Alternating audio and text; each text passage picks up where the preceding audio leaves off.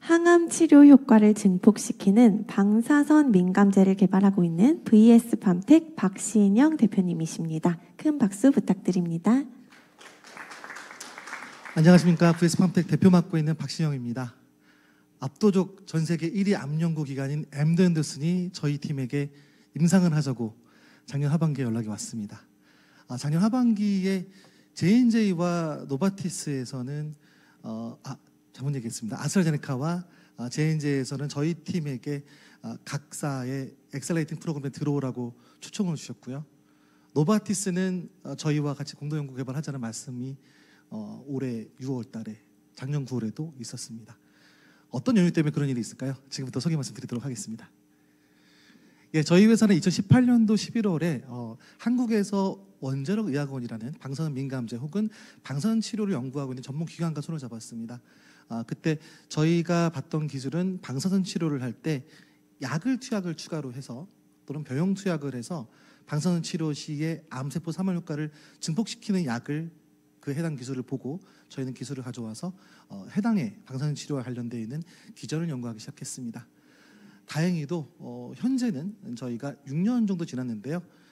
처음엔 두경부암 그리고 유방암에 대해서 FDA 임상 이상 승인을 두 곳에서 받았고 두 가지 적응증으로 받았고 현재는 GBM을 연구하고 있습니다. 저희 팀은 이 방사선 치료 효과 증폭제 혹은 영어로 하면 라디오 센시타이저 분야에서는 전 세계에서 한국이 종주국이 되기 위해서 현재 노력하고 있습니다. 저희가 이렇게 연구하고 있는 과정 중에서 다행히도 저희는 항암 기전을 연구하다 보니까 추가로 생공연과 다른 유수의 기관들과 연구하다 보니까 파이프라인이 5개 정도까지 늘어났고요. 현재까지 누적 투자는 153억을 받았고 현재는 시리즈 C 투자를 진행 중에 있습니다. 더 기술에 대해서 말씀드려보도록 하겠습니다. 왼쪽에 있는 파이프라인은 저희가 말씀드렸던 것처럼 기전을 연구하다 보니까 특히 병용으로 어떤 특이한 항암 기전을 강화시키는 것을 찾다 보니까 파이프라인이 계속 늘어났습니다. 하지만 저희가 주목하고 있는 것은 첫 번째 아이템이었던 VS101 방사선 민감제입니다. 저희는 방사선 치료를 할 때 생겨나는 항암 효과가 어떤 방식으로 처리를 해야지 늘어나는지에 대해서 계속적으로 연구를 해왔고 다행히도 현재는 올해 말까지는 국내에서 고려대, 중앙대에서 임상 일상은 마무리될 예정이고요. 현재 주경부암과 유방암으로서의 FDA 임상 이상을 승인받았기 때문에 추가로 교모세포종까지 임상 이상을 승인받고 이 중에서 첫 번째 인디케이션은 어느 암종을 가지고 임상할지를 논의해서 임상을 진행할 계획입니다. 저희 방사선 민감제 원리를 좀 말씀드려보겠습니다. 방사선 민감제 특성 자체가 방사선 치료에 기원된 것이기 때문에 당연히 기존에 현재 쓰이고 있는 방사선 치료 효과에 대해서 어떤 단점이 있는지를 봐야 될 수밖에 없겠습니다. MD분들께서 잘 아시겠지만 또는 방사선 치료를 접해본 분들은 아시겠지만 반복적으로 일주일에 5일씩을 5주에서 7주 암종에 따라서 몇 주씩 진행해야 되는 것이 방사선 치료입니다. 그럼에도 불구하고 방사선 치료는 근원적 치료를 단독으로 할 수는 없고 현재 수술 치료나 항암제 치료와 같이 병용해서 사용하고 있습니다. 물론 저희 팀이 처음 연구했을 때는 이런 병용 연구가 정신이 있는 사람이 연구하는 거냐는 말씀 많이 들었습니다. 근데 다행히도 최근에 유럽 에스모라든가 다른 데서도 암 학회에서는 이런 병용 연구가 많이 활발하게 진행되고 있고요. 케모와 그리고 라디오와 그리고 최근에는 이제 아이오 면역 항암제까지 사용함으로써 여러 개 병용하는 연구가 되고 있습니다. 저희는 방사선 치료가 좀 마일드하다는 점을 강화시키기 위해서 연구를 시작했었는데 현재 저희 비임상 연구 결과에 대해서 뒤에 말씀드리겠지만 암세포의 그 축소 효과에 대해서 60% 이상 단독으로 방사선 치는 것보다 60% 이상 그리고 생존율 자체도 30% 이상 증폭시키는 것으로 비임상 결과가 나온 바가 있고요. 이를 통해서 FDA와 시약처에 제출함으로써 저희는 임상에 지금 진입하게 되었습니다. 그리고 첫 번째 저희가 찾았던 이 아이템에 대해서 특성이 좀 있는데요. 물론 처음에 시작할 때 저희가 연구 개발할 때 좀 어려움이 있었지만 저희가 현재는 타겟으로 하고 있는 물질 같은 경우는 리퍼퍼싱 드럭 좀 생소하신 분도 있으실 텐데요. 아스피린 같은 경우가 있겠습니다. 기존에 사용했던 약물을 다른 용도로 사용하는 것입니다. 이런 약물을 사용해서 개발하게 되는 경우에는 이미 사용량가 충분히 많고 그리고 또한 그 해당 약물 같은 경우는 부작용과 이상 반응에 대해서 충분히 알려져 있기 때문에 저희같이 처음에 기전을 모르고 연구하는 팀에서는 저희가 연구할 때 있어서는 좀 더 딥하게 저희가 알아볼 수 있는 장점이 있다는 저희 생각을 가지고 여러 개의 리퍼버싱 드럭을 가지고 연구를 시작했습니다. 처음 연구 시작했을 때는 허가 용량에 처음에 저희가 타겟했던 약물 같은 경우는 단 10%만 사용하는 것으로 해서 안정성 또한 극도로 강화시켜서 MD분들이나 현장에서 쓰일 수 있을 때는 좀 안전하게 쓸 수 있다는 인식을 드리고 그리고 임상 현장에 진입하기 위해서 노력을 했고요. 처음 시작했을 때 가장 어려웠던 것은 이 시장 규모였습니다. 시장 규모가 뭐 2, 3조? 현재는 다행히도 이제 다른 빅파마들이 들어오셔서 배경시장, 잠재시장을 100조 이상으로 보고 계셔서 다행이긴 한데 처음에는 조금 어려움이 있었습니다. 더 말씀드려 보도록 하겠습니다. 방사선 치료의 기전에 대해 설명을 먼저 드릴 건데요. 오른쪽 보고 계신 그림처럼 방사선 치료는 두 가지 원리입니다. 방사선이 조양세포를 타격할 때 그럴 때 조양세포의 DNA 이중나선 구조를 깹니다. 물론 방사선의 강도에 따라서 이중나선 구조 중에서 하나만 깨질 수도 있고 두 개 다 깨질 수도 있습니다. 제가 이 말씀을 드리는 이유가 있습니다. 하나가 깨지든 두 개가 깨지든 간에 조양세포 같은 경우는 또 정상세포도 마찬가지겠지만 복원하려는 특성이 있는데요.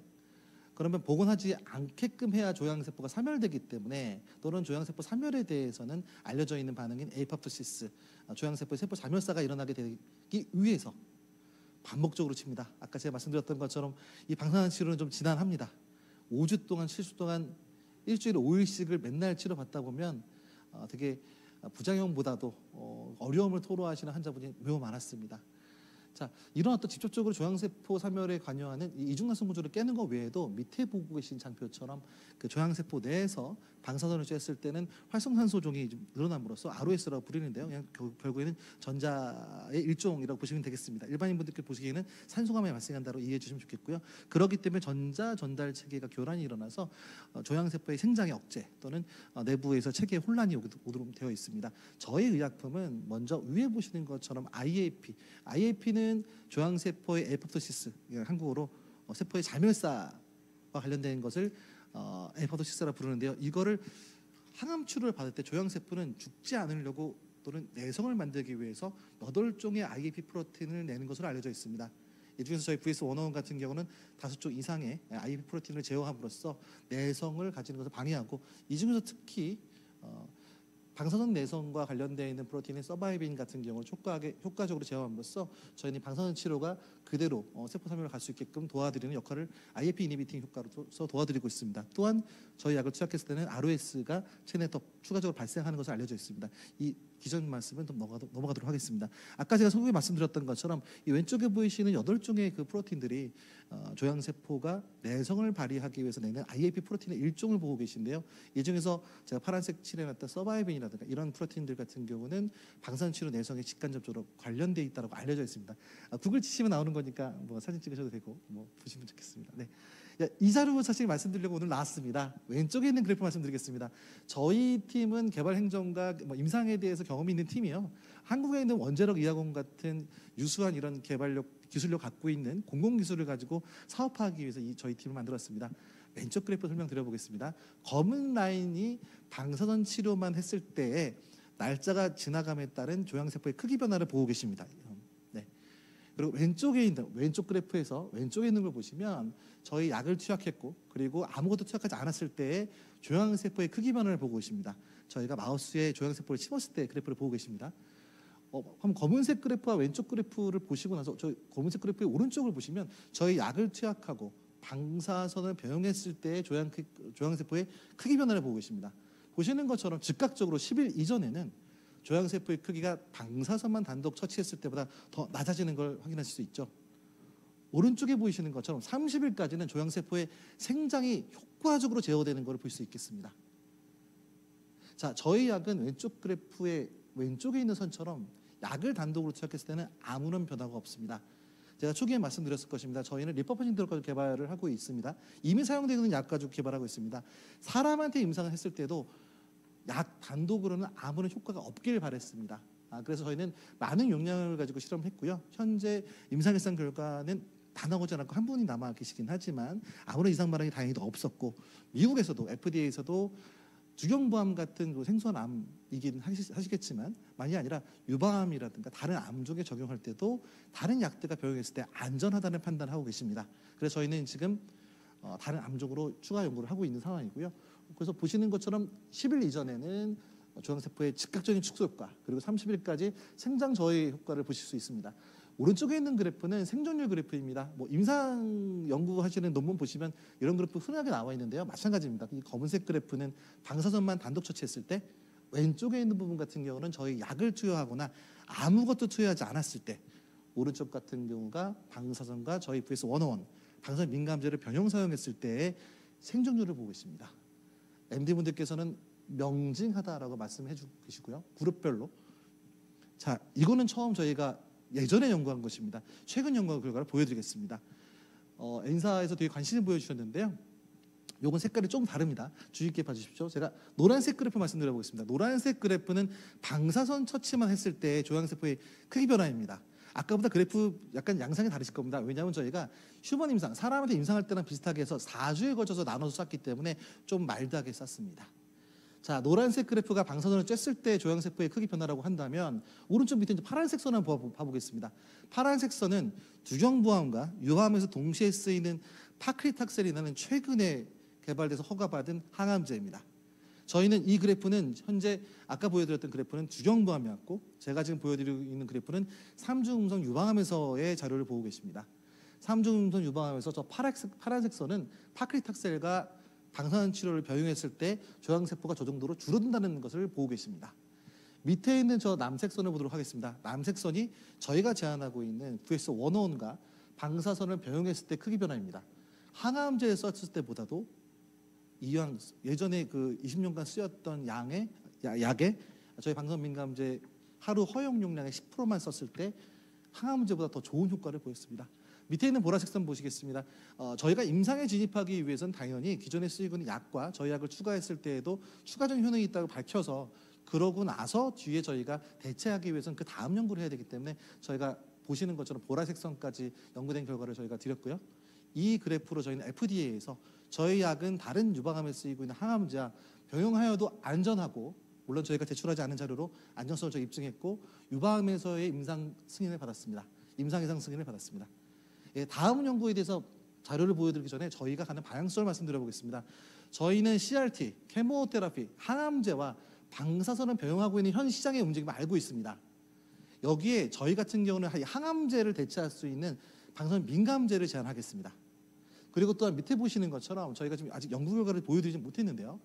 면역항암제와 저희 방사선 민감제, 그리고 라디오 테라피를 체결했을 때 더 나은 효과를 보일 수 있는 치료법을 저희가 제안해 보도록 하겠습니다.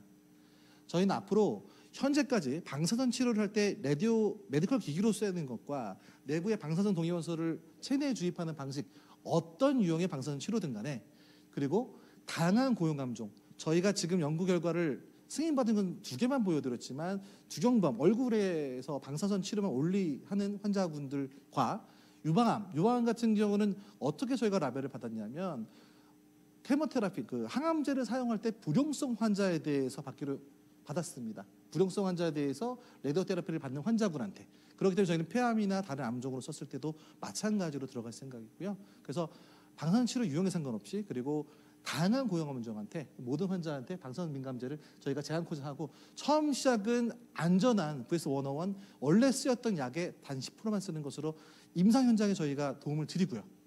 효력은 찾았기 때문에 이거에 대해 도움을 드리고, 그 다음은 저희가 지금 더 갖고 있는 것들이 있습니다.